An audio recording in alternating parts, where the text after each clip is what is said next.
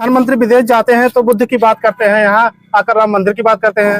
वो दुनिया में जहां जाएंगे बुद्ध को वो भुला नहीं पाएंगे, क्योंकि नरेंद्र मोदी जिस गांव में पैदा हुए उस गांव का नाम बड़नगर है और वहां बुद्ध की प्रतिमाएं उनके घर के बगल में निकली हैं। तो बुद्ध जहां वो पैदा हुए वहां बुद्ध निकले, तो बुद्ध को कैसे भुला पाएंगे वो?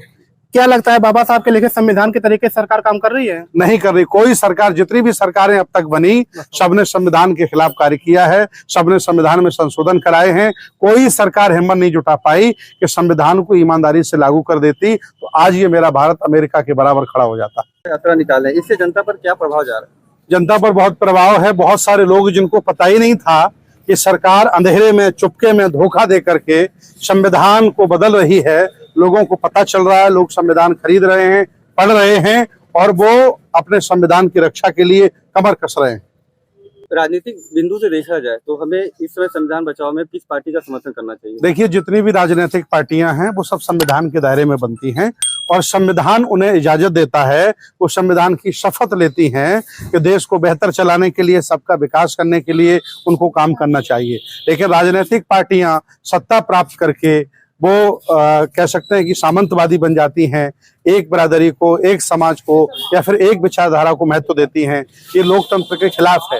ये संविधान हमारा धर्मनिरपेक्ष भारत का है, ये कोई एक राष्ट्र के भारत का नहीं है, मतलब एक धर्म के भारत का नहीं है। संविधान खतरे में है, इसको आप जनता तक कैसे बताएंगे? मैं बराबर संविधान के खिलाफ जो सरकार निर्णय ले रही है उनके निर्णय के बारे में जानकारी दे रहा हूँ और इसलिए लोगों को जानकारी हो रही है और मैं बता पा रहा हूँ। भाजपा का एक नारा है 400 के पार।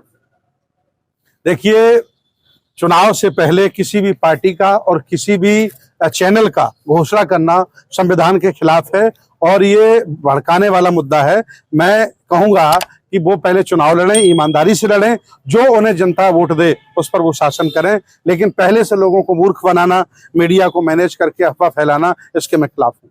भाजपा के सांसद जी हैं, उन्होंने डायरेक्ट करके कहा कि संविधान बदलने की बात, इससे क्या रहेगा? पूरे देश में चिल्ला चिल्ला के मैं कह रहा हूं कि भाजपा साधारण सरकार नहीं रह गई, भाजपा चाइना और रशिया की तरफ जा रही है।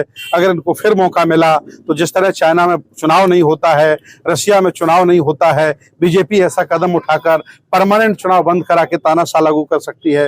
मैं लोगों को जगा रहा हूँ और लोग संविधान के पक्ष में लड़ लेंगे। Thank you.